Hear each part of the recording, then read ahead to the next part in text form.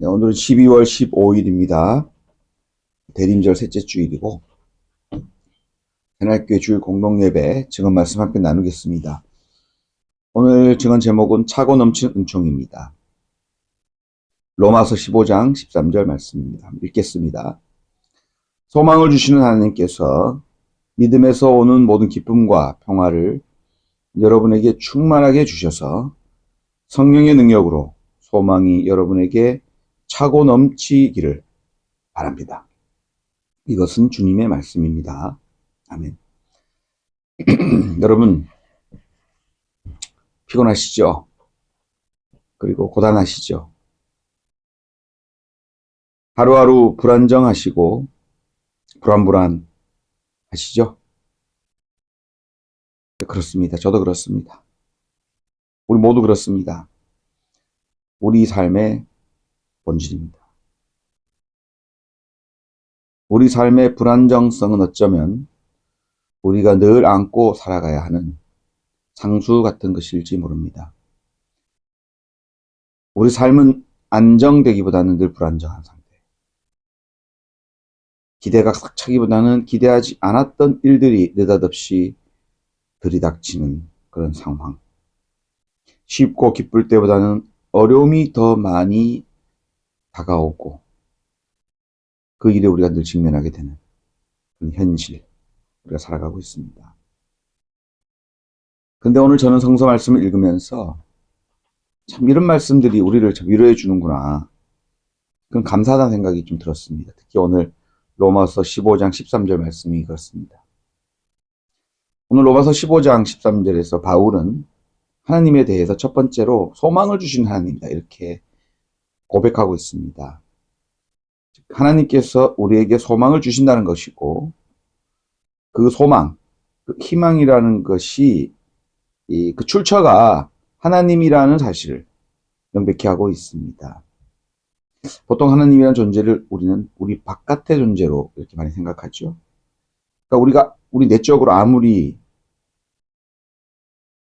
희망을 막 되뇌이고 끌어올려고 해도 우리 머리를 굴려도 그 희망이라는 것이 이 바깥의 격려가 없으면 바깥에서 불어 넣어 주지 않으면은 쉽지 않다 이런 고백일 수도 있겠다 생각이 듭니다.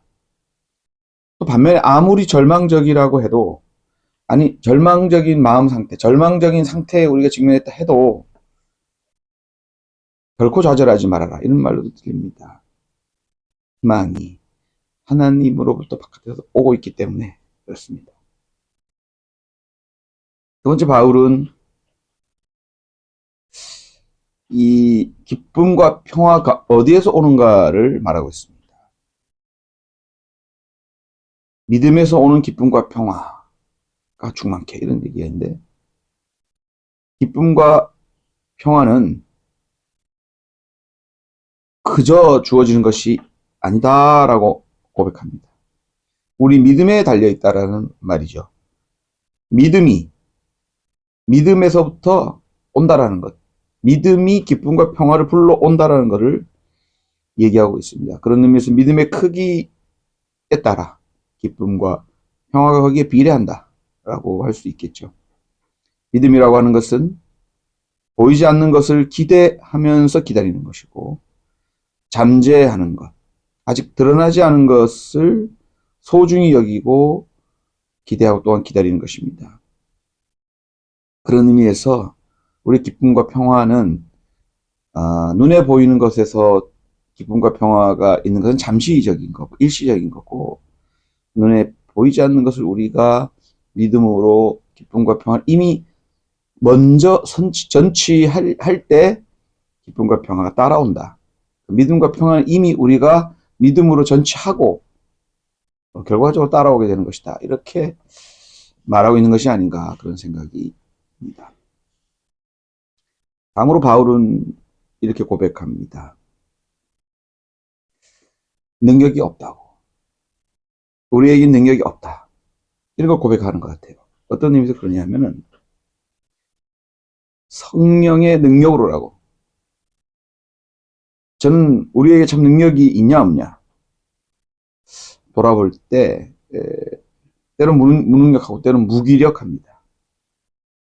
그러나 우리 주변에 보면은 능력 있다고 뻐기거나 자기 좀 조금 아는 지식, 알량한 지식으로 가르치려고 들린다거나 잘난 척하는 이들이 많습니다.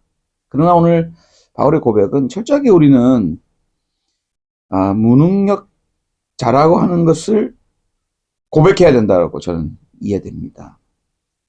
왜냐하면 그럴 때 성령의 능력이 드러나는 거죠.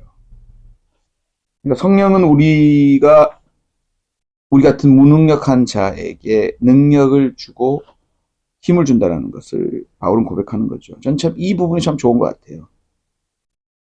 능력 없는 저에게 능력 주시는 성령.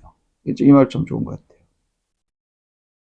그럴 때 우리에게 따라오는 것이 소망이 차고 넘친다. 그럴 때 우리에게 희망이 차고 넘친다고 이렇게 말하고 있습니다.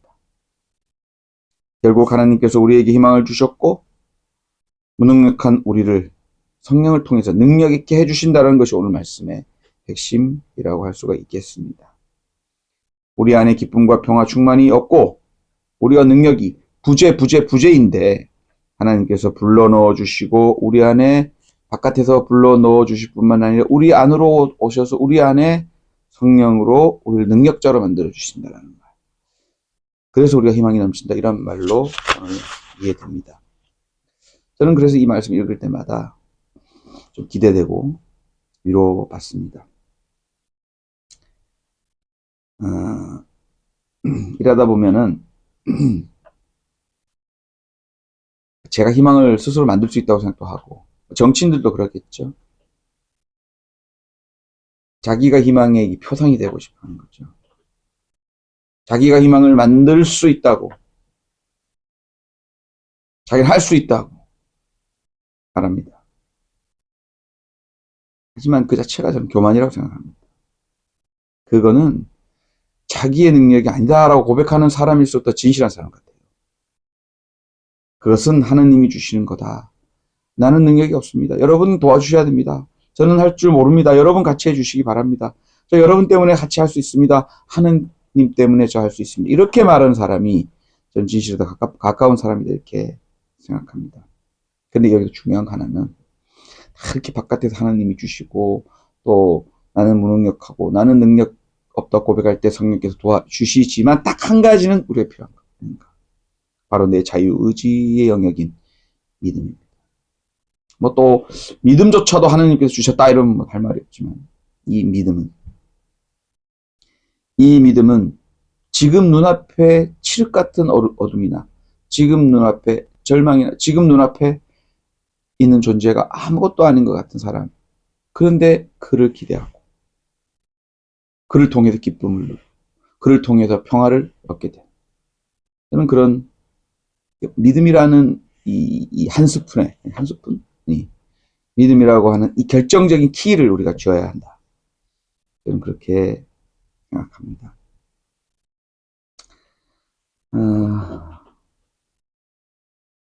능력 없는 것을 인정하고 기다릴 때 성령께서 능력을 불어 넣어주신다는 사실 능력 없다는 것을 자인하고 고백할 때 그때 비로소 능력 있는 사람이 된다는 사실 이 바울이 일관적으로 유지하는 바울의 관점 같아요. 돌아봅니다. 누구의 희망이 되고 싶었던 적은 없는가? 내가 희망이라고 우긴 적은 없는가? 내 손으로 뭔가를 해내겠다고 잘난 척한 적은 없는가? 그런 생각. 뭐 내 힘과 능력을 드러내고 싶었던 적 없는가? 돌아봅니다. 이걸 벗어나야 진정한 주님의 은총으로 들어갈 수 있다는 말씀. 오늘 하나님의 말씀이 그렇게 들리고 그렇게 고백됩니다. 오직 은총으로. 그래서 오직 하나님께 영광을 돌립니다. 주님의 은총이 차고 넘치는 그래서 주님의 영광이 차고 넘치는 그런 새날, 그런 삶 되시기를 주님의 이름으로 간절히 빕니다. 오늘 말씀 마치겠습니다.